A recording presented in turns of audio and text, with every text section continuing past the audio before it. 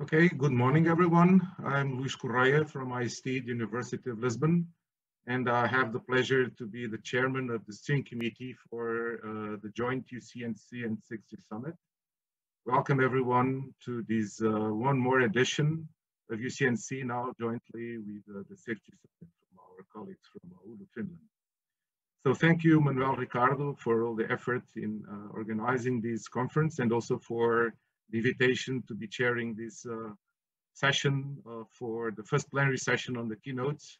We have two keynotes this morning, as you know. So one is that will start in a minute after I shut down myself, is Michael Peters. So he's a colleague from Belgium. He's the Vice President of Research from IMEC, which is a well-known research institute in Belgium, and also is a professor of wireless technologies and communications in the University of Antwerp.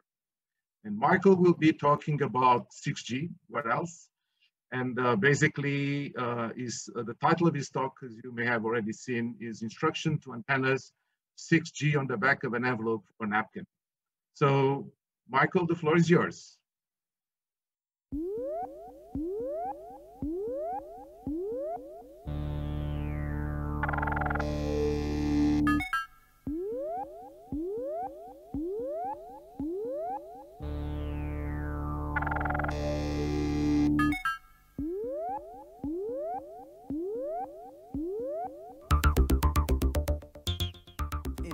Absolute pleasure not to be in Portugal right now. Well, just kidding, of course. I would love to be in Portugal, in Porto, together with you to discuss in person the future of wireless communications, which we call internally from instructions to antennas.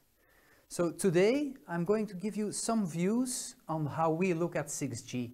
You could say 6G on the back of an envelope, and specifically coming from IMEC, we will focus more on the hardware side of things.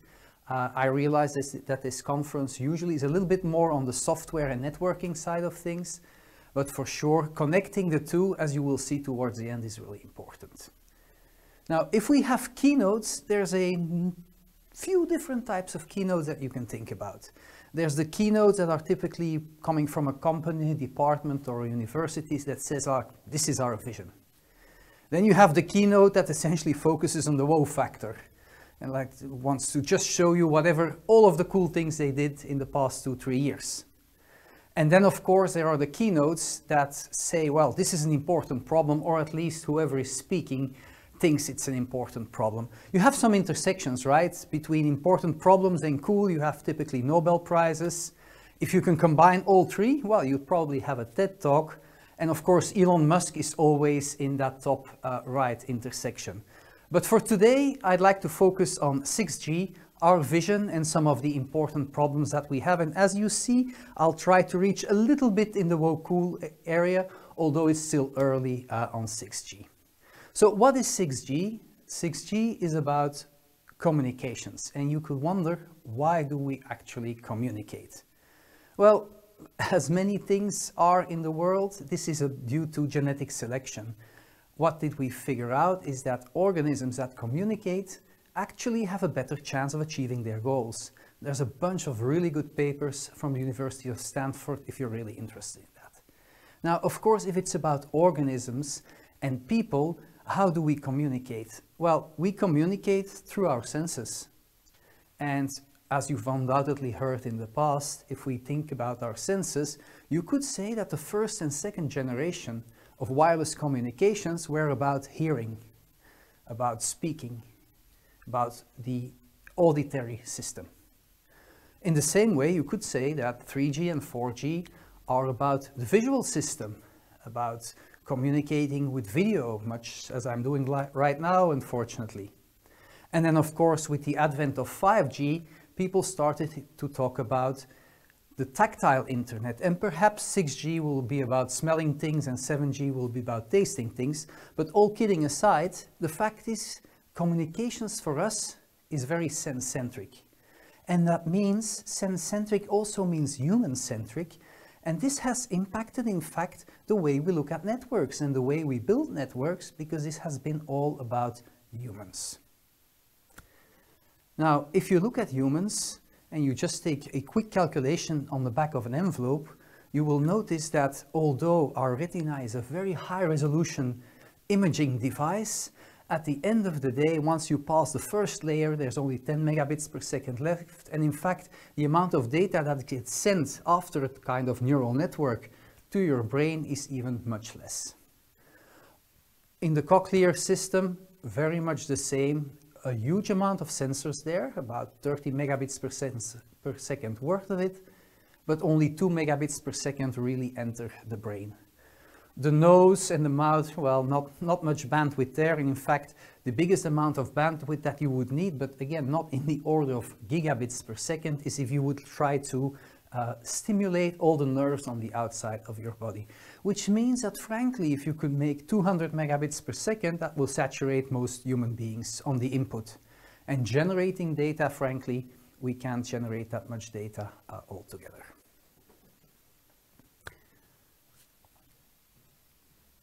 Now, there are some fundamental trends here. Of course, be careful of aggregated numbers. If we think about those human-centric networks, and we think of it as an operator would, take in Belgium Telenet, or Proximus, or Orange, who is a little bit a more European player, typically they look at this from a perspective of the number of subscribers versus the amount of traffic that each subscriber generates. Or in other terms, how much money can I make on the horizontal axis versus how much money do I need to spend in terms of spectrum, infrastructure, and so on. And for the past generations, and I drew it up to 5G here, this curve has been becoming ever more steep. In the beginning with 2G, it was really simple, because every subscriber was mainly using voice, so the data went up as the amount of voice traffic a single subscriber could actually generate, with some statistics around it. With 3G, there was some additional data happening, so the curve became a little bit steeper. And in fact, 4G and 5G, although we speak about IoT and machine-to-machine and other things, is mostly dominated by, well, an iPhone, or another mobile, high-end mobile smartphone that can actually today pretty much saturate the entire capacity of a cell tower. And you see that in 5G there's this bunch of arrows going all ways, and this is because with the advent of 5G, operators, and in fact most of the world, started to realize that automating, connecting something that's not human instead of something that is human may actually make sense.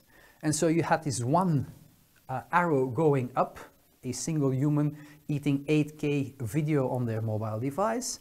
And you have this other arrow that's in fact becoming more horizontal. It's more and more subscribers, IoT devices, sensors and so on, that in fact are not generating much traffic and that can piggyback on the same network. So it was one way for the operators to think, hey, perhaps there is more revenue to be made out of the network if I can make sure that my network can in fact address both use cases.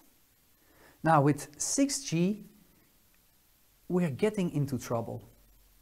Because on the one hand, this continuing drive of single users going up and using more data will continue due to the fact that, as we will see, there are things like VR, XR, but also non-human beings that may consume a lot more traffic or send a lot more traffic. Think about a self-driving car with a LiDAR, 16 video cameras, 2 radars and so on. Perhaps it won't send all the data, but it may.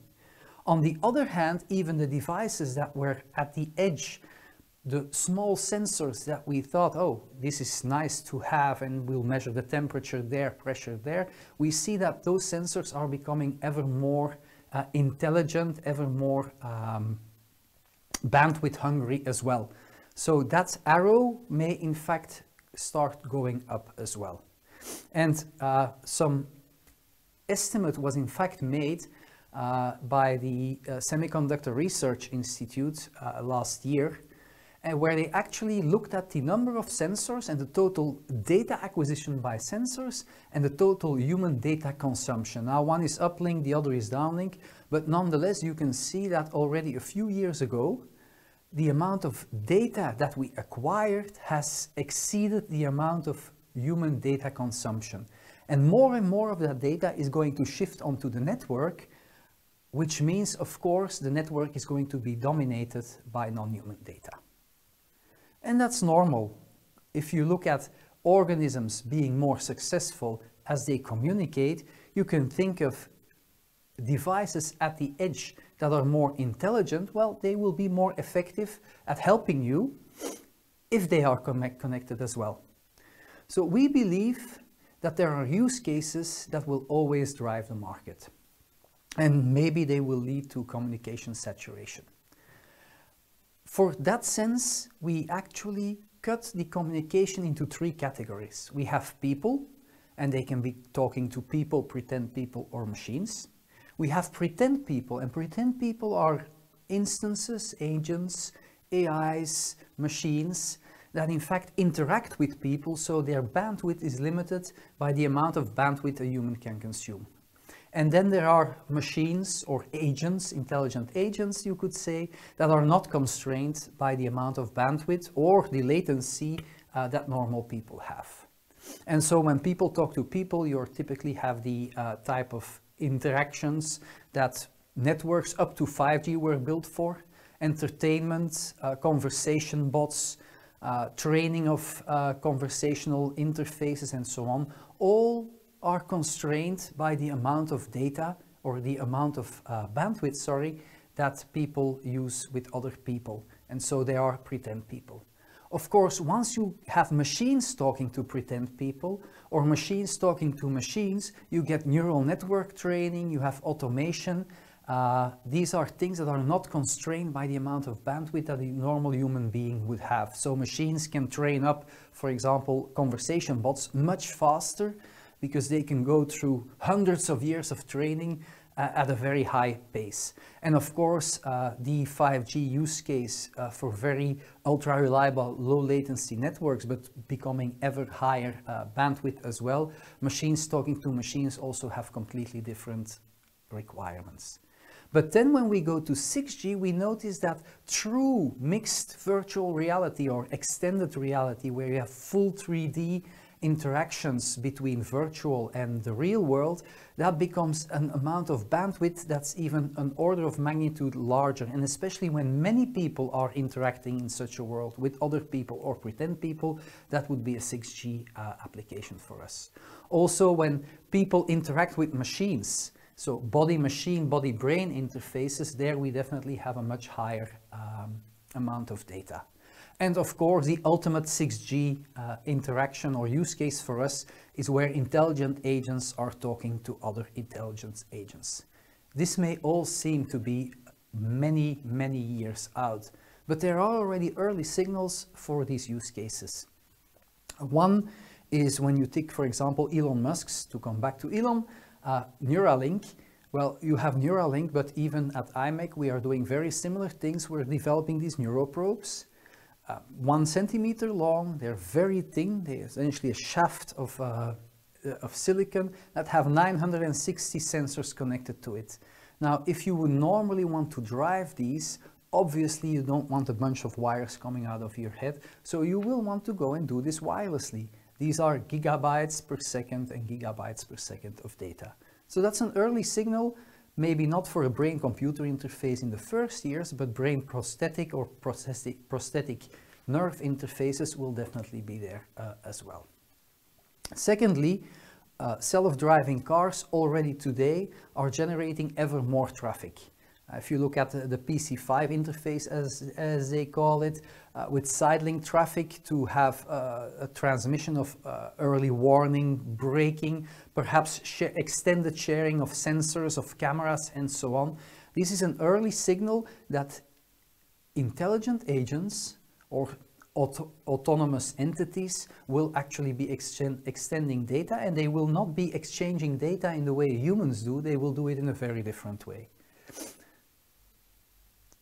And if you think about other entities, autonomous agents that may be roaming the world, such as, for example, the Boston Spot robot, They may be exchanging a lot of data as well. Drones may be exchanging data, perhaps self-driving pizza delivery boys or a butler, an autonomous butler in your home will also want to exchange data with other entities around it. And they may not do it in the same way that we do it today. They're not going to talk or first condense something down into English. They have access internally to their full neural networks. So if they want to talk or exchange experiences, it may be that they directly exchange the training data that is hidden inside their neural network. And for example, if you take a look at these, the CafeNet internal structure, you see that this is something that's completely different, number one. And number two, if you actually count the number of parameters in advanced neural networks, you will quickly end up in the hundreds of millions, if not billions, in the case of GPT-3 parameters that you may quickly want to update when you meet or when you communicate with another autonomous entity. And if you want to look really far out, you could even think about biological entities that interface with a network. Perhaps not with a simple sensor such as the Twitter tree in Wageningen that just says how much water it has drunk because it has a sensor, but perhaps because we have very high frequency waves that can interact directly with molecular scale machines that are in the brains. That's definitely beyond 2030. In any case, to cap off this introduction, there is a continuing thirst for sharing. And there's 5 key assumptions that we make. Number one, there will be more non-people than people connected. That's already happening. Number two, even when there's more non-people, well, these non-people will also have higher bandwidth needs. So the human bandwidth will no longer be the driver in access networks. Number three, there will be as much uplink traffic as downlink traffic, or at least a lot more than today. Even today, 90% of traffic in a wireless network is still downlink. People like to consume data, but as autonomous agents become ever more present and all of those sensors come onto the network, that will also continue to go up. Networks today are very much dimensioned towards that downlink fabric, so that will definitely break some of the economics. Number four, when you think about mobile devices and the trade-off between mobile communication, the displaying of the information, the memory and the compute, display is at least a 25 to 30% of the equation. Now, if you think about an autonomous entity or you think about having something connected directly to your brain, that energy cost will disappear. Who will get that energy? That is one. And finally, the cost of processing something locally versus the cost of transmitting will be an ever ongoing battle. It will never be really clear because it's a trade-off and it's a design trade-off. And just to give you an example, if you look at a advanced neural network, to process 1 bit is about 100 femtojoules. If you want to transmit 1 bit wirelessly, you could say it's about 1 microjoules. But that's really the absolute best you could, well, sorry, that's the state of the art today. The absolute best could go down to 1 femtojoule. But if you actually take a look at it from a perspective of a frame, well, running an inference on 1 frame will take about 1 joule. And transmitting that 1 frame is also about 1 joule, which means at 60 frames per second, you will need 60 watts, whether you do it locally or you transmit it to the cloud to be processed. Just to give you an example, that is one of the trade-offs that's going to be really important. And if that trade-off is important, you could also wonder whether a shift makes sense. The current paradigm is very data center centric. We have processing nodes and compute fabric, then a bunch of core interfaces. You get to the edge where there may be some compute already present, and then you go to the end user. The end users here shown as houses, but they could be anything. You could wonder whether that value that we have in the center may actually move to a distributed type of compute fabric. If we have sufficient high bandwidth local links between the users and agents and the edge, and perhaps some compute nodes that are sprinkled around your home or in the street to which you can offload high intensity or high energy calculations, you may actually end up with a different paradigm where the value is at the edge instead of at the compute fabric. Of course, the data centers will still be there to store computed and aggregated data, but a lot of the compute may actually happen and interchange may actually happen at the edge. If that is true, of course, that will also have implications in terms of privacy, because you no longer need to send all of the data to a processing node or a data center that you may not know whether it is actually in your region or not. Of course, if we go to such an environment where we have a distributed compute fabric and a lot of high speed, perhaps short-lived links that are happening in a dynamic fashion between edge users, there are some other things we need to add to the network. And for sure, during this conference, you will hear about time-sensitive networking, where if you can actually make sure that the synchronization of all of those edge nodes is becoming very accurate, so say of the order of microseconds, and something we've achieved in the past year in Ghent is to be able to synchronize Wi-Fi access nodes down to below 5.5 microseconds, so that we could actually have a time sync certified.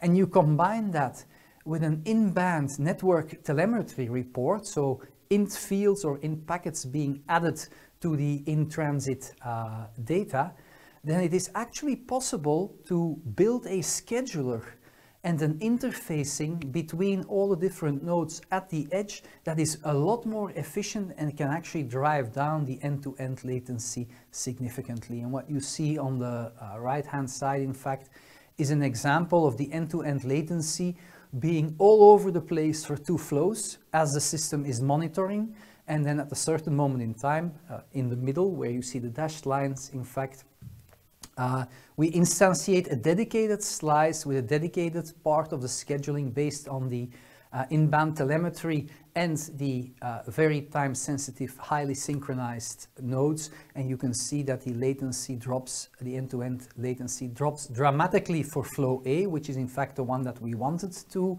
optimize, but also for the other flow, because the entire network becomes a lot more stable. So you will need time-sensitive networking, but you also need location-sensitive networking. Already today, we see that when we think about mobile applications, so for example, vehicle-to-vehicle or vehicle-to-infrastructure applications, that you need to think about where you're going to place your compute, where you're going to place your application. So in a sense, you need to have dedicated orchestration for mobile applications. And some of the work we're doing there on machine learning is to actually have an end-to-end application context relocation approach, so that as vehicles are moving, it's of course an easier environment because they're stuck to the road. The network, be it 4G, 5G, and in the future 6G, can in fact predict where the car will be and what the best node is, to which edge node in this case, to which the application should migrate in order to keep the response time acceptable, well, for emergency situations. An example again on the right hand side here, where you see the response time going drastically in the wrong direction if you do not do application context relocation when the load increases. And one example where indeed you see it being very stable because the system actually can preemptively relocate the necessary application context. Moreover, and this is something we believe is very important for 6G on the whole, neural networks and artificial intelligence will become mainstream in managing them, especially in dense shared networks, be it shared because it is unlicensed, be it shared because it is distributed point-to-point links with beamforming. There is a natural suitability between graph neural networks and performance prediction. And here we've in fact taken some first steps to actually do this for very dense networks in the European competition, where we show in fact that graph neural networks, which is the orange bar in the scenario at the bottom, in the bottom corner, actually outperforms every other type of AI that was used to actually optimize, in this case, a very dense interference scenario with Wi-Fi access points. Just to give you a sense of the amount of the capability, there is the blue bar, which is true, is actually the maximum throughput that you could reach in the absence of interference. Random is the, well, a completely random instantiation of the network parameters, just to have a benchmark in between. And so for us, this very dense edge network will have a controller involved, much like in the previous ones as well, that do measurements, that look at the set of configurations to evaluate, predict the performance, and then reconfigure the channels, be it in a 6G network or be it in a next generation wireless IEEE network. That doesn't really matter that much. So all of these things, this very dense network is living at the edge. The question, of course, becomes, well, in which spectrum is this living? This highly intelligent, dynamic network. Well, if we take a look at where the communications industry has been going, we see that we have been slowly creeping up in carrier frequency, where a lot of the work initially is in what we call sub-7, and take 3.5 gigahertz, the 5G, one of the popular 5G bands as an example, slowly creeping up to millimeter wave, and there's even some unlicensed millimeter wave out there already. Not because we like high frequencies, of course, but because there's more bandwidth available at those high frequencies. And not only that, we have more bandwidth, but we also have much shorter wavelengths. And because we have much shorter wavelengths, we can fit a lot more antennas into a much smaller space, which enables a number of technologies such as beamforming and so on. Of course, the channel becomes also much more line of sight, so there's less diversity. You lose a little bit in terms of MIMO capabilities. On the other hand, you gain a lot in terms of bandwidth, so you can have these very high fiber-like point-to-point connections.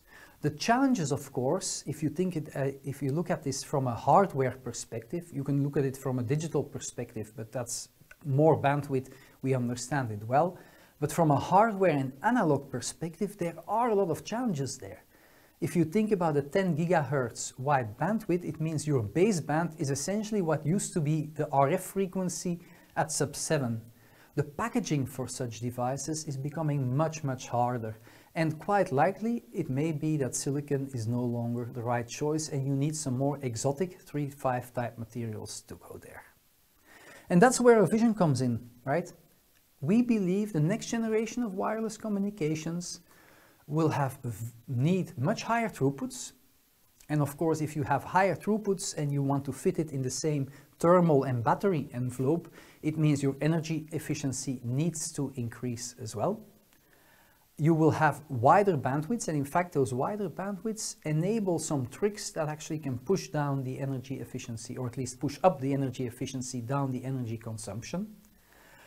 Using 3.5 or 3N, so gallium nitride or indium phosphide, will definitely help as well. We will reduce the footprint such that you have these nice antenna arrays, as you can see. And the most important thing there is we definitely believe it's possible, but if we cannot make it cost effective, that's not going to work. So if I have a back of the envelope, it says, remember, your frequency will be above 100 gigahertz, your bandwidth will be more than at least 5 gigahertz, and your energy will have to be a lot below 1 nanojoules per bit. And there you actually see that the standard approach to build CMOS scalable modular beamforming will no longer work. And one way to look at it is in fact to look at the number of transmit antennas and the total transmitter power consumption. And there, if you actually add everything together and you do the system study, you can see the minimum power envelopes here. So the bottom one is a minimum power envelope for power amplifiers using indium phosphide. The gray one is for BiCMOS or silicium germanium, and the top one is for CMOS. And you can actually now add to this plot, number one, a power limit or thermal limit of about 10 watts, which is reasonable for today's mobile phones. And you can add a size constraint, which boils down to about 16 antennas, which is in fact the size of the 5G millimeter wave module in high-end smartphones today. And if you then look at the possibilities for your technologies, and we were also surprised when we first plotted this on this graph, you see that in fact there's only one power amplifier technology that would actually reach the required efficiencies and transmit powers for a decent link. Of course, it implies indium phosphide transistors, which means you need to integrate those with CMOS. It's no use to say, oh, we'll just have a discrete HBT in indium phosphide. That's not going to work because it's going to be too expensive and you cannot integrate it. So to get to that, we are working on mature and cost-efficient indium phosphide technology, some which we have presented in recent years. And there's two ways to approach this. A first way is to actually say, well, can't we grow indium phosphide directly on silicon and just have everything integrated? Now, the answer from a physics perspective is no. The two are different materials. They don't match very well, which means if you try to grow indium phosphide on silicon, you get material with lots of holes and defects in there. Now we have found a way, which is called aspect ratio trapping, that actually allows you to grow it, trap all of the defects, and then you end up with a stack that is more or less okay. That is one route. It's not an easy one, and it's a challenging one, but it's the one that actually would likely have the lowest cost point, because you only grow indium phosphide where you need it. The other one is something that has been used or is being used in photonics already today, which is called wafer reconstitution. The basic idea is really simple. You grow indium phosphide on indium phosphide substrate, you cut it into pieces, and then you reconstitute them on a wafer. What does that mean? You take a large wafer in silicon with pockets etched out to make room for the indium phosphide. You can put in the indium phosphide and then you planarize everything and you have a wafer. That's the size of a silicon wafer with indium phosphide on it, and you can use other integration approaches to actually make the devices, add the metal layers and so on. Now, even if you have this mature and cost-efficient indium phosphide technology, you still need to build the entire system. And that means you need to combine it with digital and analog CMOS circuits. And typically you would have, when you come from the baseband, you would convert it into an analog baseband. Then you would need to up-convert it to a certain frequency, make sure that you shift the phases correctly for the beamforming you want to do, and then send it to the power amplifier. In our view today, one good approach would be to keep the up conversion, the splitters, the phase shifters all in CMOS, and have the power amplifiers in indium phosphide. And then of course the question is, okay, how do you combine then the CMOS with this indium phosphide, be it grown on silicon or in a wafer reconstitution manner? And there's three approaches. You can either say, well, perhaps state-of-the-art PCB technology may be good enough, which is one approach, but of course the accuracy and the finesse of putting all of those pieces together will be high. Secondly, you could say, well, I'm going to use an RF interposer where I put my 3.5 and my CMOS next to each other on an intermediate silicon chip that has a required density of interconnections, and then I can put those together again in a PCB or on another module and connect them to the antennas. The most advanced one is where you actually say, well, I have my CMOS on one wafer, 300 millimeter, my indium phosphide on another wafer, and I just, well, integrate them, glue them, wafer to wafer, bond them together, and then I can die my entire system and I have the highest possible integration. Now at those frequencies, again, to give you a sense of the numbers we're working with, everything becomes a trade-off. So while on the one hand you could say, well, the wafer scale RF interposer is definitely the one that has the highest density, the best the most interconnections per square millimeter, it's also the one where your line loss is going to be the highest. So you're going to lose, if anything, where you go over a few millimeters, you're going to lose a lot of signal due to the fact that you only have access to certain types of interconnections. On the other hand, in the middle, you could go to a standard PCB. You have a certain pitch that can be done in terms of trace distances with an intermediate loss. But there is an even better way. If you actually have a standard PCB, you can use air-filled substrate integrated waveguides. You of course need very wide traces, but on the other hand, if you want to distribute your antennas to other parts of the system, you can see from the line loss that this is definitely the right way to go. So everything becomes a trade-off. And as I said earlier when I spoke about the analog signal coming into the upconversion, of course, out of your baseband, out of your DSP, out of your 6G 3GPP system, there's not an analog frequency coming out. So you need an analog to digital converter and a digital to analog converter. Also there, you have to remember that where we are at today in terms of ADCs and DACs, we are very much on the edge. And this is an example of some of the work we've been doing in the past. And as you can see, all of the gray dots are examples from the past year, so 97 to 2020, collected by Moorman, which they update for the benefit of the entire community several times a decade. So as you can see, there is this boundary at the bottom where there are no dots. And in fact, if you think about a 10 gigahertz bandwidth, it means you would need 20 gigasamples per second. At 8 ENOP, that's about 50 milliwatts per channel. And you need, for example, 16 channels. So that's definitely not the right approach. And we need a better way to go to those higher frequencies.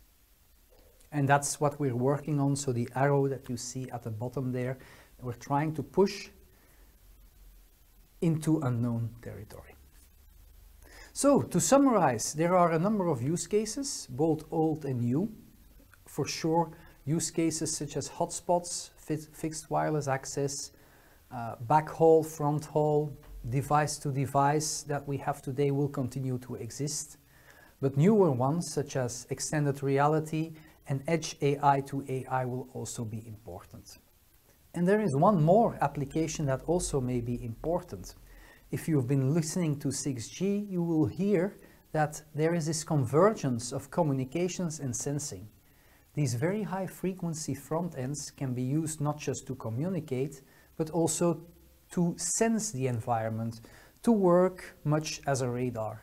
So you could imagine that you can build a system that can have a very high capacity wireless interface and at the same time be a radar, do some perhaps non-destructive testing, or even more advanced, perhaps even some spectroscopy. This is not as crazy as it seems. I mean, even the current iPhone, if you buy the newest millimeter wave enabled iPhone, you will notice there is a millimeter wave radar in there. And what is it used for? Not to sense the environment, well, to sense the environment, but not in much nuance. It just wants to make sure that when you put your phone in your pocket somewhere and the beam is blocked, that your millimeter wave beam isn't transmitting at a very high power and going nowhere. So it's a way to sense whether you have a blocked beam. If you take that idea further and you integrate the two, you can in fact see that in the case of sensing, if you take the standard Shannon view on an information transmitting system, on a communication system, the medium is the message. And my apologies for that horrible pun. The fact is that if you look at the transmitter as an illuminator and the channel as an encoder, this is as much a sensing system as it is a communication system. And in fact, for PMCW radar, if you look at the equation for the received signal as a function of the sent signal, well, if you estimate the channel H, you have a communication system. If you estimate the the received small h, then you actually have a sensing system. So it depends, it is exactly the same equation, it just depends on what is the known and what is the unknown, and then both become the same. And in fact, this can be used directly if you look at systems that have full duplex cancellation. And what is full duplex cancellation? It means that the near end crosstalk is removed, the self-echo if you want. And of course, what is this self-echo? Well, this is the immediate reflection of your environment into your receiver. And if you control for that reflection, so if you remove that reflection by some kind of adaptive filters, in fact, the environment which is causing that reflection is part of your filter coefficients. And in this case, for example, we've shown that with a 20 megahertz OFDM Wi-Fi-like communication signal, if you have a full duplex canceller in there, you can actually reconstruct the reflection of a moving item. In this case, something moving at 5 meters per second at 20 meters distance, you can actually get that radar reflection in. Of course, if we want to do this with wider bandwidths, this is going to be challenging for the filtering, but at least it gives you an idea of what could be possible. You can translate to give you a sense of how a bandwidth translates to sensing. Well, if you would do terahertz at macro scale, so you use 10 gigahertz bandwidth as we have been discussing, the resolution that you could get would be below 3 centimeters, which would be ideal and, frankly speaking, very useful in a lot of applications. So how does this all combine? Well, in computing, there has been this drive from design technology to system technology co-optimization. And this was driven because we realized that Moore's law, so the log 2, for example, of transistors per dollar or per euro that you can get, although we always say that it is nicely doubling every 18 months, we know that in fact the actual scaling isn't doubling. So there needed to be some boosters, a way to actually get that line up again, to be able to follow that need for ever more compute. And the way we've done this is to go from pure dimensional scaling to device scaling. So for example, FinFETs were one way to pack in more transistors, although the size didn't necessarily change that much. Then to go from device to new tricks on the circuit size with respect to track height scaling and so on. We're now at a stage where we're taking into account different system blocks and putting them together. So for example, instead of having memory on one die and the compute on another die and the communications on a third die, you stack them together in 3 dimensions, and again, per square millimeter, you can get more application compute, more intricate system on chips. And if we look towards the future, well, moving the compute to in-memory, as is being done for some of the artificial intelligence items, or quantum computing will help push that Moore's law continuing on ever more. Our call is we want to do the same thing for communications. And so let's build a roadmap for communication systems where we have perhaps on the vertical axis some kind of spectral efficiency per euro or per dollar. And we also know that this is saturating. I mean, the jump from 2G to 3G to 4G was enormous, but the jump for 4G to 5G, if you take away all of the very fancy high-order MIMO that you could add to 4G as well, is actually lessening. There's not that much difference anymore in raw bandwidth.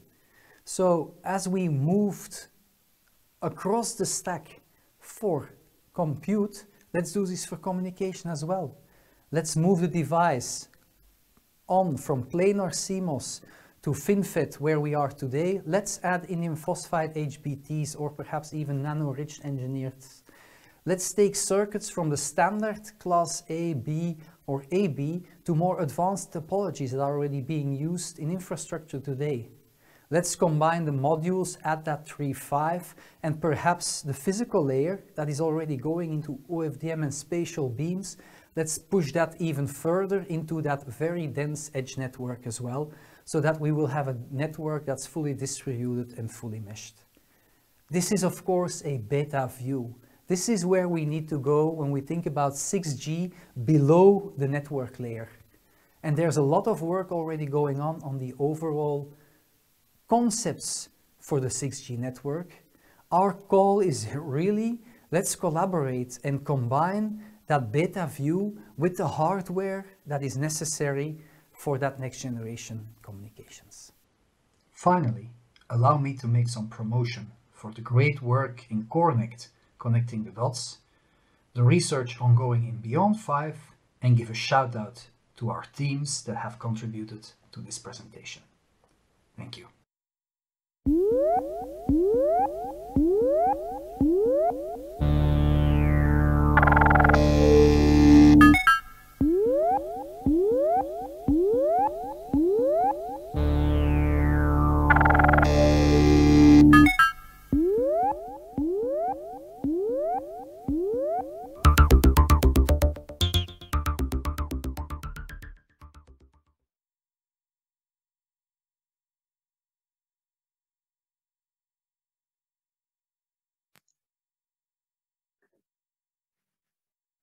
Quite an excellent overview of the, I would put it this way, the global challenges that indeed we have for 6G from the systems, the networks, the technology perspective. So I would invite everyone in the audience to use the chat in your platform to put questions, and then Michael will of course be available to answer them. We have already one here, which is quite a long one. I will read it. I think, Michael, you are reading it as well. Okay, there are questions are coming. That's good. So this first one is that the curve for on-device optimization may be steeper than the curve for network capacity, looking beyond 2030. So the question is there a chance that sensors, cameras, IoT systems do far more processing on chip on device locally, only sending a small amount to the cloud when absolutely necessary for training and correlation, etc. This is about energy, so, and all the problem that has to do with energy consumption. So Michael, please. Yeah, I mean, that's absolutely right. I alluded to that in the beginning as well. That is a trade-off, right? There is a race for energy efficiency on both sides, and there's some excellent work being done on device AI accelerators or even dedicated compute fabrics that actually can push it down. There's analog in memory compute. There's many things that can be done. So I agree that that's definitely a likely path. That will happen. Now, even if that happens, the underlying view here is that these systems then learn, not just infer, but actually learn on the edge as well. At a certain moment in time, and that's of course the underlying point, is that, well, if these systems can actually communicate, they will be able to exchange their learnings. And it is exchanging that learning even at the edge, not sending it back all the way to the cloud, that will be a driver also for the higher bandwidth. So absolutely, there will be part of the energy consumption that will be reduced because we actually learn and train the systems directly on device. But the true value, of course, is those devices collaborating and exchanging their learning, which also requires a better network infrastructure. But I agree absolutely with the underlying point of the question. I mean, this is not going to be one or the other. Definitely. Okay, we have another one here. Is that in your view, how do device-irrelevant physics, for example, radio propagation, contribute to the 6G challenges? Well, as an engineer and physicist, I would say there is no such thing as device-irrelevant physics. I support that. But I see absolutely where the person asking the question is going. It is very important. Because of constraints in time, we couldn't go into the details in this talk, but absolutely, I mean, the radio propagation, as you go to ever higher frequencies, both in terms of free space path loss or in the radar equation where it becomes even worse. that radio propagation is different. You get a reduction of the rank of the matrix, propagation matrix. MIMO becomes different, or at least you need a wider baseline, near field versus far field changes, which is of course why we are looking at these very dense but large arrays. So let's say 64 or more antennas to in fact create a very highly directional beam, which gives you the boost to overcome, well, that radio propagation challenge. There's others as well, right? Absorption peaks and other items that absolutely are part of that 6G challenge. One thing that also wasn't touched on, of course, is if you have this beam forming with many antennas, well, the baseband that is sitting behind it also needs to compute, needs to do beam tracking and so on.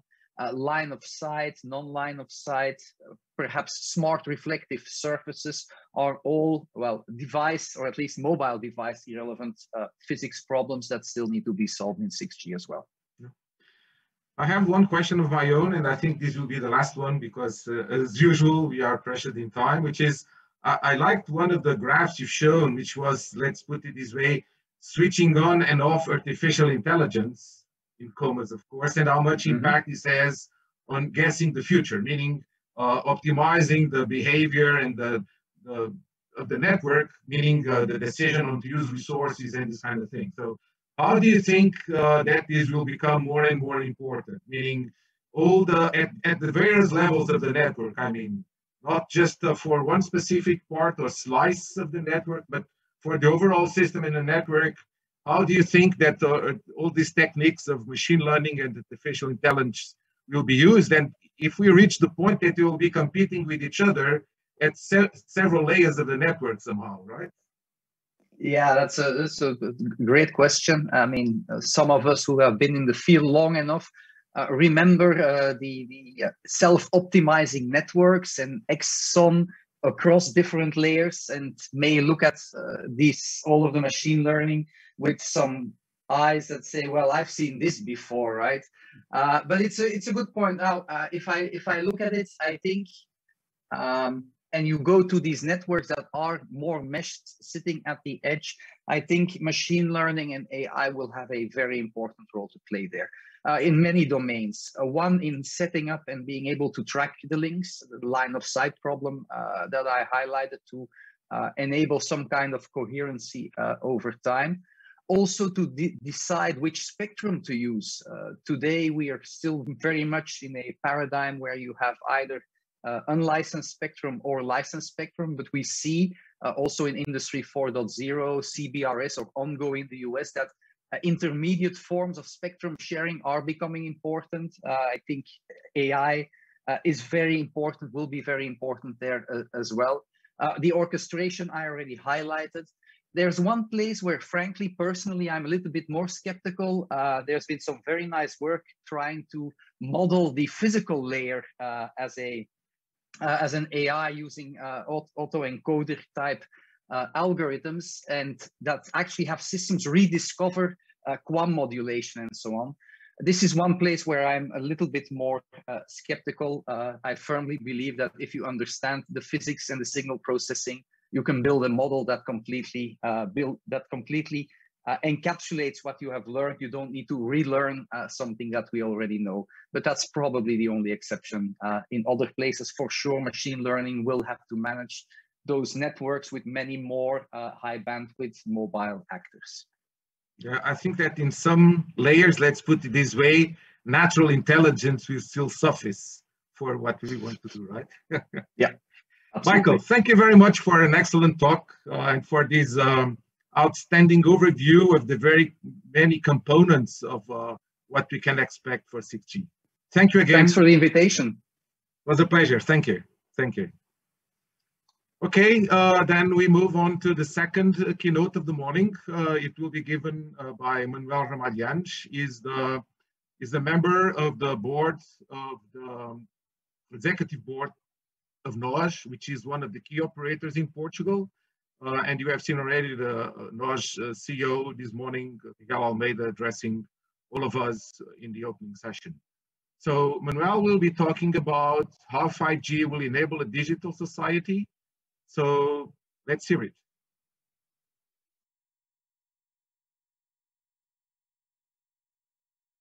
Hello, my name is Manuel Ines. I'm responsible at NOS for B2B wholesale and for our 5G program. And I would like to take the next few minutes to take you through our journey and learning on 5G. In order to do so, I'll share a brief presentation that shows a little bit our path. On this presentation, we'll cover the NOS innovation path and give you a little bit of context on the country and on NOS. Then explain what NOS, what 5G can do to build a digital society.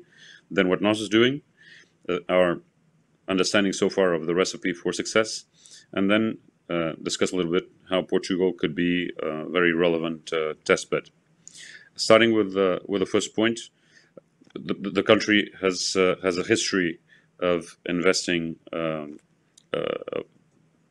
a higher level than the European average. As you can see through the chart on the left, the capex to revenues ratio of Portugal is typically well above the European average, and Portugal has also performed well historically in coverage and connectivity. And on the right-hand side, you'll have the example of the penetration of very high capacity fixed network coverage, in which Portugal ranks fifth in European terms, and compares to an average of 44%. Other signs of competitiveness are basically the high 4G coverage with a network coverage above 95%, and also the percentage of households with fixed subscriptions of broadband above 100 megabits per second, in which Portugal ranks second, and very distant to the European average of 26. Also regarding price competitiveness, Portugal ranks pretty well. The minimum monthly access for fixed internet for 100 meg, Portugal ranks third, and the same for mobile internet at a 20 gig minimum. Portugal also ranks pretty well in European terms. Talking now a little bit about NOS and who we are and what we've done so far. NOS is the second largest Portuguese operator with roughly 1/3 of sector revenues. NOS also has 36.5% market share in bundle services, 35% market share in fixed broadband. We're the 16th largest Portuguese company, and we've also on other terms, very relevant terms, NOS is the fifth among 41 European operators in rank by Vigeo Eiris on ESG, which is something that we're pretty proud of. NOS is a full service operator, so we have everything for the Portuguese families in fixed, mobile solutions, internet, voice, data, TV, and entertainment for all market segments. We also have a very strong and wide offer for business, in which we have unified communications, IoT and analytics, data center and cloud security, and managed services for corporate, but also for mass business or SME customers. And not only we believe we are in the front line of 5G with the network fully prepared for 5G, but also with a commitment to lead this 5G era and developing the right solutions, the right use cases, and the full ecosystem, the full competencies and platforms to make sure that the development of 5G covers the full span of what it can deliver to people, to enterprises and institutions, and to the society as a whole. NOS is also innovation at its core axis. So NOS is connected in an open innovation environment to SMEs, to universities, to startups, and to incubators, to make sure it has a strong enough network to develop all the very needed use cases for 5G. NOS is also the leader in R&D investment for the latest data, the leader in R&D investment in Portugal with 67 million euros investment. It's the leading company in Portugal as a whole in this domain. What we also have is of course a history of innovation. Starting in 2011, as you probably know, NOS was also the incumbent cable operator in Portugal, and cable operators have typically their own TV ecosystem. So NOS has developed its own, a lot of its own IP in its Star TV platform Iris in 2011. Also in cinema, where NOS is also present, we had the country's first IMAX room. Then we launched our first 4-play digital package in 2014, when actually NOS was also born. We launched the first streaming service, the Portuguese streaming service in Portugal. We launched 40X in cinema. We launched the first voice command remote control in Portuguese television. We had the first large trial with narrowband IoT technology in smart meters in 2017. We had launched the first smart city with NOS technology in 2018, and the first internet offer with 1 gigabit speed. Then we also launched our own data center and own cloud offer in 2018 with 2 data centers, one north, one south. We continued our smart city expansion. We also tested the first smart meter for gas in 2019. It was a full year with NOS joining the European consortium to test 5G in a logistics corridor between Portugal and Spain. We launched a number of verticals for smart cities with narrowband IoT. We launched our first tariffs for 5G use or 5G ready, and we covered our first, actually the first city in Portugal with 5G, Matosinhos, where we tested we made a number of demonstrations of public safety and of mobility. We launched the first eSIM. We had the first live demo of 5G, also with remote driving, and we've done a number of demonstrations basically to show the potential of the 5G technology. We've also launched a number of important hardware pieces to improve the experience of our customers with a new smart TV box and the new Giga router, and we continued covering turning cities into smart cities with Albufeira and Seixal. We launched our Wi-Fi calling service, new generation equipment. We've launched our fully digital brand WOO.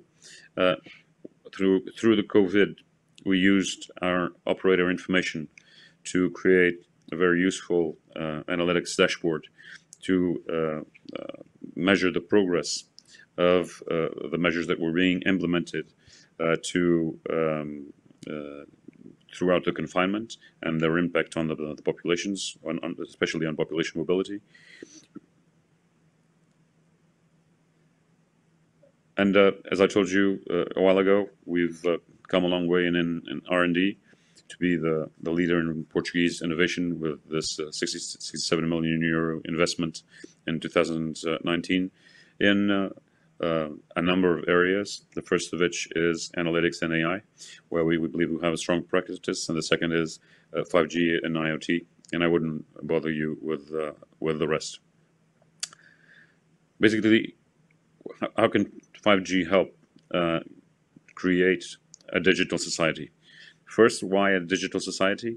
We've come a long way from a hunting society to an agricultural society to an industrialized society, and to an informed society or an information society. And we believe now we are at the stage of creating a super intelligent society, which is what we're trying to build with cyber physical systems, IoT, AI, big data, robots, drones, edge and cloud, AR, VR, and 4K video. That's what we're trying to build with 5G. And this is built with the combination of actually not three, but four technological pieces that are very important. The first one is density. Massive machine time communications with 5G allows for 1 million objects connected simultaneously per square kilometer. And this will enable, of course, the sensorization of everything. The second is it enables 10 times more speed, or 10 to 100 times more speed. And this will, of course, enable video to be the basis of a lot of analytics and a lot of communications. A very important aspect as well is instant action. So the low latency, the latency below 1 millisecond, will allow very critical industrial applications to operate under 5G, so that video analytics and analytics in real time for critical environments is rendered possible. The last, of course, is below all this is the ultra high reliability, where we believe we can reach 6 nines availability, which is critical for industrial logistics environments and other, where the operation of 5G for the system itself is, of course, very critical.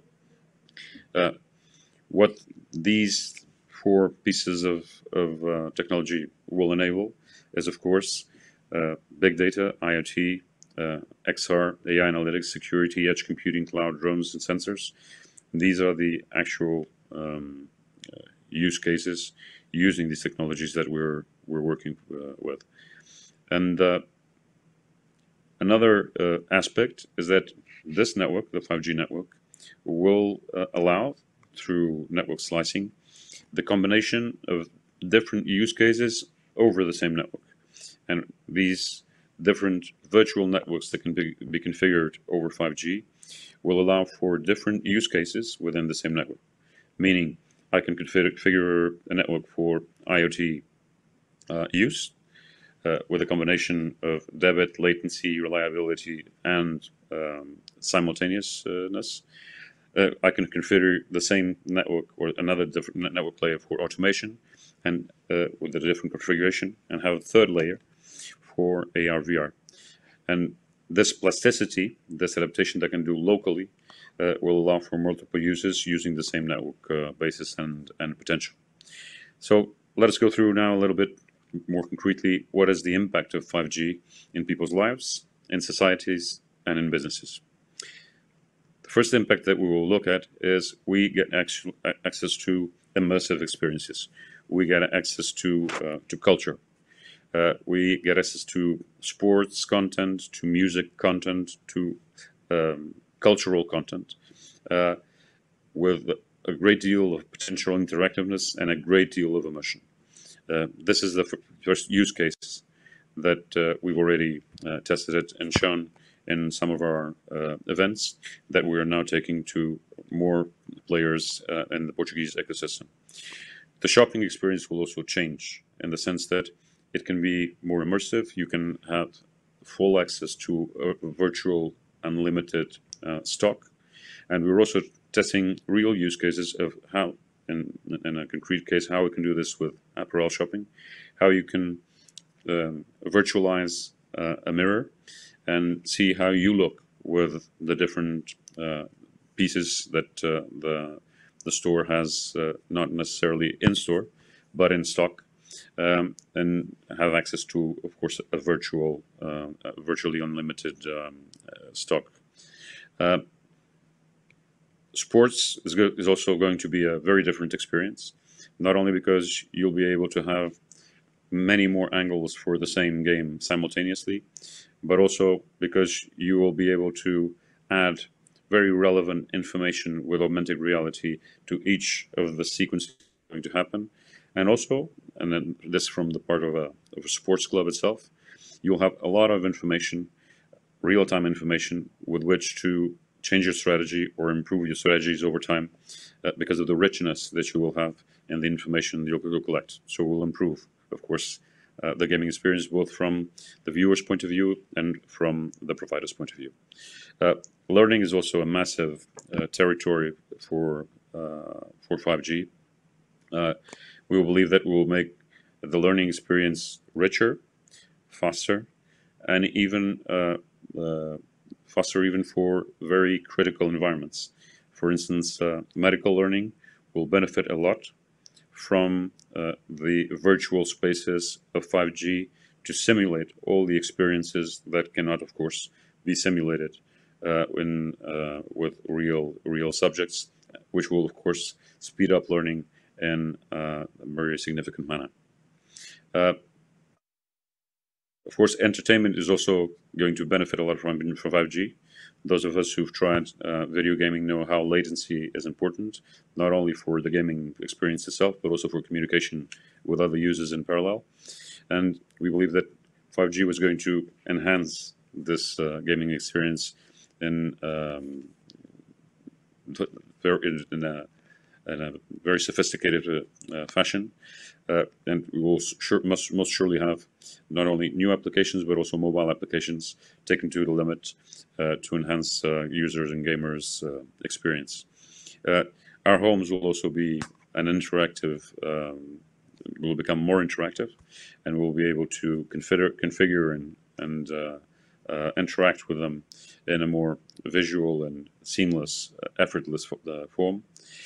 And they will also become, of course, more sensorized so that they can better cater to our own needs. Also, communication will become richer and will become more sophisticated. And as one of our partners has said, the interface for 5G is still yet to be invented.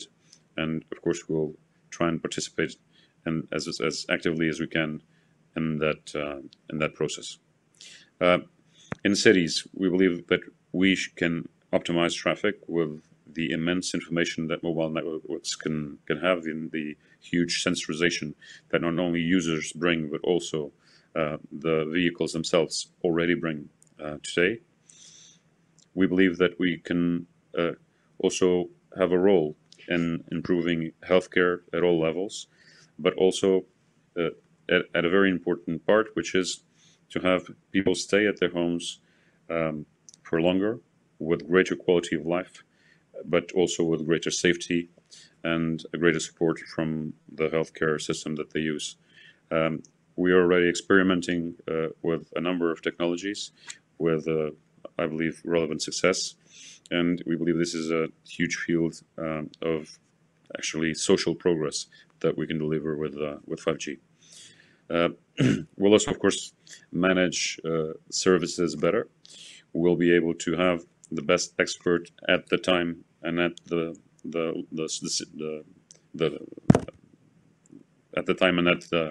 local of where he is needed, without having to move, and being much more efficient to be in many more places in one day, to really help when the help is most efficient. Also, of course, for security, but not only for security, also for movement detection and space optimization, 5G can be very relevant. We, of course, need to cater to all the requirements of GDPR, but catering, we believe that we can cater to those requirements and still have solutions that can deliver either much better security or also much bigger understanding of movement to adjust physical spaces to people's requirements and needs. Mobility is going to, of course, benefit a lot from 5G as we improve the flow of traffic, the flow of people, intermodality, and the way that we design and redesign these flows within cities. Industry 4.0 will have much of its basis on 5G technologies, not only on the sensorization and video analytics real time that is possible, but also on this very high availability networks. But most of all, on the intelligence that is going to be possible, taking advantage of all this information to improve operations. And as we know, 1 percentage point operations efficiency improvement in our industry has immense value. And we believe that 5G, adjusted to the needs of each industry, adjusted to the needs of logistics, is going to make sure that this huge potential that's there is going to be delivered, and that at the future it's also going to support the learning necessary for additional automation and processes. Training is a little bit like education. We will be able to train the people that work for our companies better, faster, with greater quality. Production is going to, of course, be optimized and in some cases even automated, because our learning is going to be exponential with the use of video sensorization and AI analytics on top of that video and sensorization. Collaborations is, of course, going to improve a lot, not only because distance collaboration is going to improve in quality and immersiveness, but also because the depth in which we can co-design or can co-create is going to improve a lot on its quality, on its depth, and we're going to be able to manipulate cyber physical systems with much greater ease, because we'll be able to have augmented reality help us doing that and breaking the pieces of a complex of any complex piece and any complex design, so that everything can be looked at, redesigned, reworked in every way that we can think possible. Even for the monetization and inspection, we're going to see a video throughout this presentation of how we're using this today with experimental 5G networks, in which we use drones to inspect very large infrastructures that are very expensive or very difficult to inspect otherwise. And we're also going to be able to help agricultural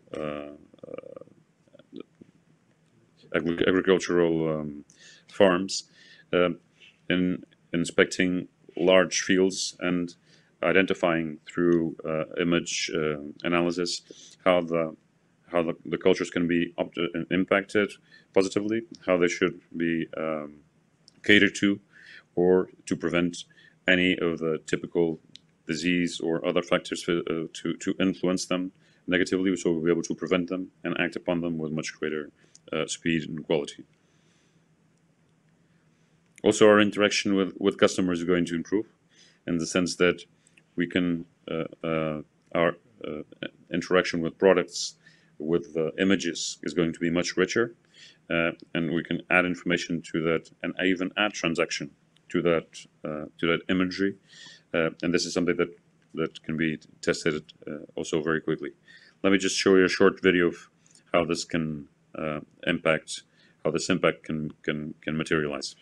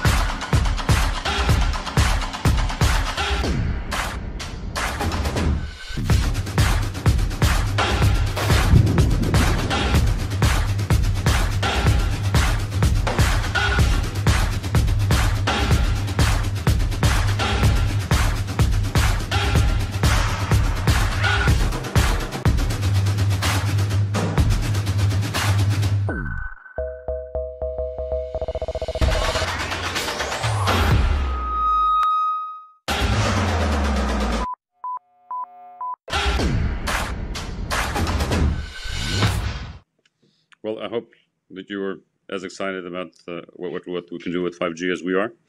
So let's show you what we've been doing. Basically, what we've done, this is probably a lot of the sector, is look at the whole potential of 5G and B2B and B2C, and trying to find out what kinds of technologies we would need to use and what kinds of use cases we need to build. As you can see, this is a very large scope. We have from holography to do augmented commerce to home management to self-driving cars, whatever. So there's a lot of course to work with. The workspace is very big. So what we've done to try and approach this in a very assertive manner is to use the agile model to develop those use cases. We've defined basically horizontally what the kinds of competencies we would need to develop these use cases.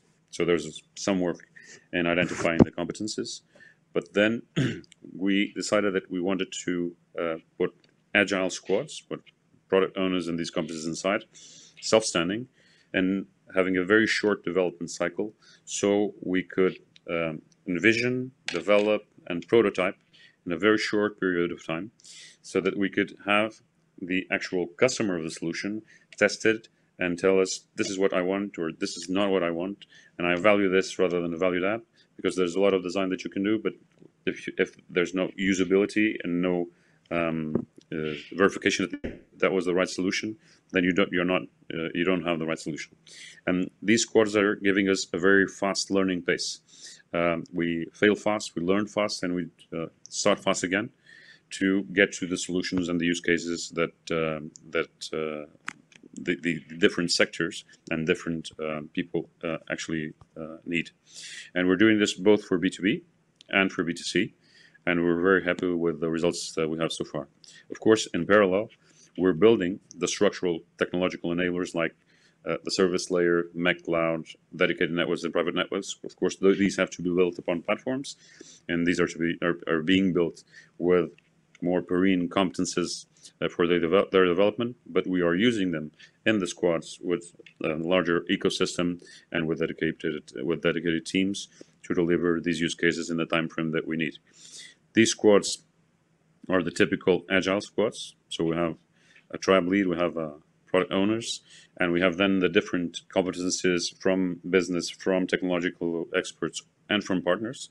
They're working together, and they're delivering these use cases to accelerate all the market impact that we can get from something that is currently very new.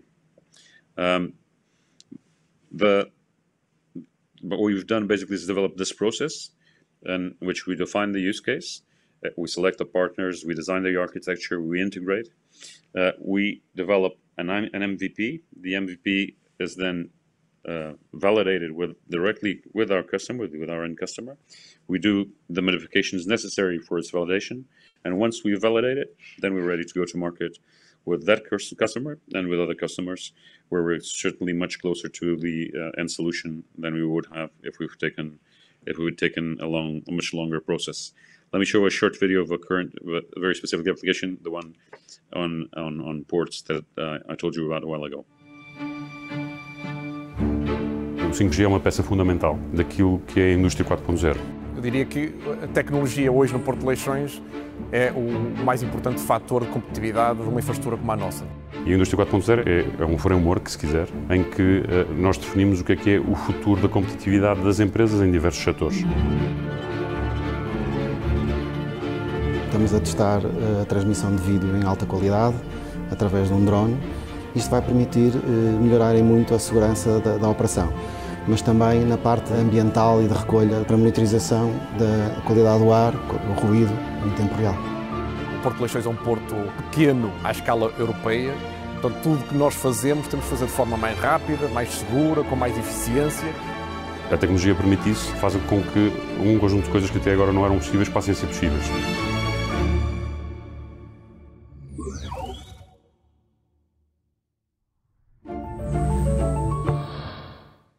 So this is what we can do with a port today with this model, and so let us share at least our learning for the recipe for success. We believe that there are three factors that are critical. So be agile, be focused, and of course partner. At least don't be alone. The be agile I've told you about. So it's basically create the working models to be able to deliver fast, fail fast, learn fast, and move fast. This is a time for speed learning. It's not a time for the traditional models, because the traditional models won't work if we want to take advantage of the technology as fast as we want to do it. Basically, the focus in the sense that we would, of course, like to have the greatest span that we want, but some use cases are more mature and have more impact. So let's focus on those, and let's deliver those pieces that can speed up also our long-term learning of the impacts of the solutions that we put in the market. So focus is very important for us, and I think is also very important for our customers, public and private. And the third is, don't be alone, just partner. Have an open ecosystem where different partners deliver together the full solution.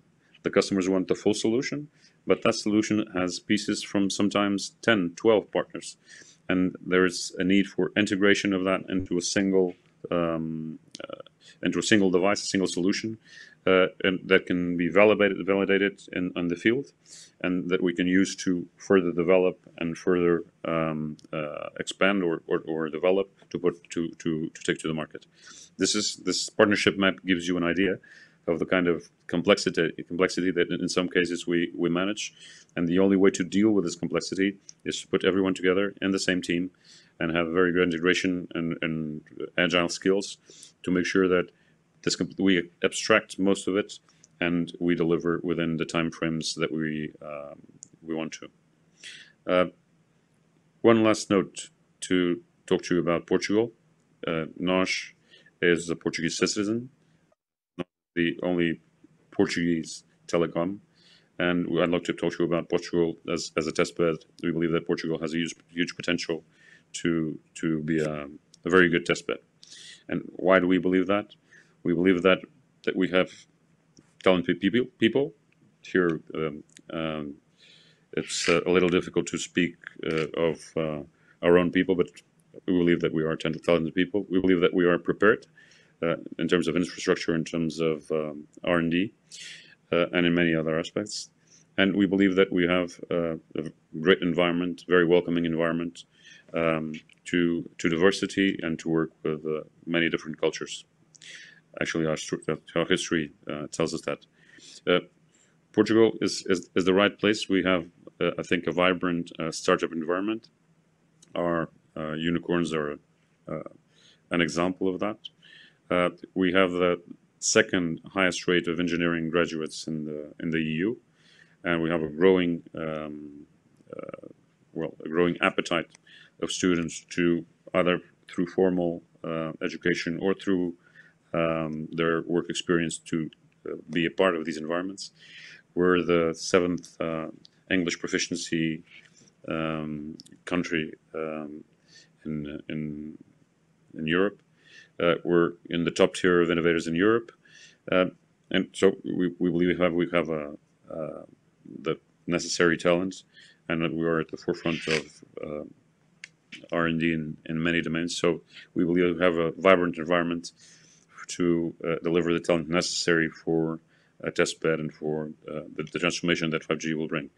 The second is we believe we have the necessary components in connectivity, in competitiveness, and the incubation, and even on international mobility to be a space to be the right space to create new solutions, and very good new solutions with the right environment. The last one is, of course, the right environment. We're the third safest country in the world. That is something that you notice the moment you get off the plane. We're a sunny country, which also helps the quality of life. We are one of the countries that has an easiest integration, and one of our partner institutions, the way that they actually recruited very qualified R&D and PhD talent was to just stay one weekend in Portugal with the family to show how great it would be to work in this kind of environment. And so I think we have all the necessary elements to make it to make the country that has an issue of scale, but certainly has not an issue of quality, innovation, or quality of life, to at least put these three factors to the test and to build a true European testbed for 5G. I'll just show you one last video with the NOS manifesto for 5G, and thank you very much for your time. O que aí vem é uma página em branco. É o princípio de tudo. Começar de novo. Começar a fazer sentido. O que aí vem é uma página em branco. É tudo o que queremos, mesmo quando surge aquele frio na barriga, aquele nó na garganta. Temos vontade de futuro, de voltar a sonhar, de ter um brilho no olhar. A ideia do amanhã faz-nos estremecer. Mas faz-nos também querer. E então abraçamos esta viagem. E avançamos sem amarras. Sem olhar para trás. Com a mente aberta. Temos vontade de futuro. Vontade de mudar o mundo. E sempre que for preciso, podemos ir ao nosso fundo e relembrar de que somos feitos. De coragem. Liberdade. E coração. Levamos na bagagem toda a inteligência, toda a ciência, toda a emoção. Da descoberta. Da conquista. De navegar sem ver terra à vista. Hoje, mais do que nunca, temos vontade de futuro. De virar a página, de fazer pela primeira vez tudo o que ninguém fez. Nós 5G.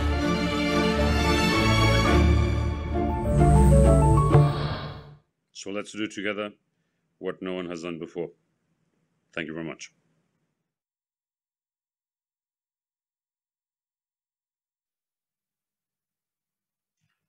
Thank you, Manuel, for a great talk.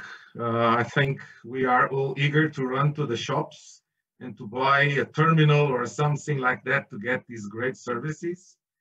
Of course, for the audience, you can go into the chat mode and put your questions so that Manuel can answer. I have a question myself, which is, we need terminals. All of us need terminals. I mean, for enjoying all these services, and terminals are not, for some of the things we have seen, are definitely not going to be, let's say, the old mobile phone. So what do you think, on the one hand, are, let's say, the challenges from the side of the devices and the phones, really to put all of these into practice? Well, number one, I think that the first age of terminals is already available. So we already have both 5G terminals, smartphones, pads, and modems to work with 5G and to experiment with 5G. And those we have them available today. But as one of our partners told us, the interfaces for 5G have yet to be invented, in the sense that it is not very practical to work with virtual reality or augmented reality or the mix of all of these with the standard terminals that we have today. So my guess is that there will be still very relevant research in ergonomics so that we can further enjoy the benefits of all this new technology with probably new devices. Sorry. No, I was saying, and that's also for the industrial, many of the industrial applications that you have shown, right? We need a lot of sensors and actuators and a lot of new devices for this 5G implementation, right? Yes, but fortunately for industrial uses, we already have more of those devices ready today, and we are experimenting with them, and even for consumers. So we have virtual reality glasses are already here, and we can already use them. And for industrial uses, there are already a number of augmented reality devices and a number of sensorization connections, so that we can start building the use cases that we were building today, as of today. that are already compatible with a lot of software suites and analytics suites that we're using already in the use cases that we're building. So I'm more optimistic in the industrial uses where we are, I think, more ready, less still in the full potential, at least, of the consumer uses. Yeah, we discover some glasses and all these kind of things. I see no questions from the audience. So I think we can stop here. So Manuel, thank you very much for your great keynote and for giving us this perspective on the near future, 5G in the near future. And also thank you for being the key patron for this conference. It's really appreciated by all of us, by the European Commission, the organizers, that NOJ was willing and available to support this conference. Thank you very much. It was a pleasure. Thank you. Thank you. So for all of you, then we have a break now, and then we'll follow with the next sessions. Thank you for coming for this first keynote session of this joint EuCNC and the 6G Summit. And we'll still be seeing each other along the 3 days. And just as a reminder, in the last day, I'll be back to deliver the prizes for the best papers and the best booth awards. So, and this afternoon also, we have this welcome reception / celebration of the 30th anniversary of the conference. That will be an opportunity for you to talk to your colleagues via a wonderful platform that enables to chat in small groups. So enjoy the conference. See you today, tomorrow, or Friday. Thank you.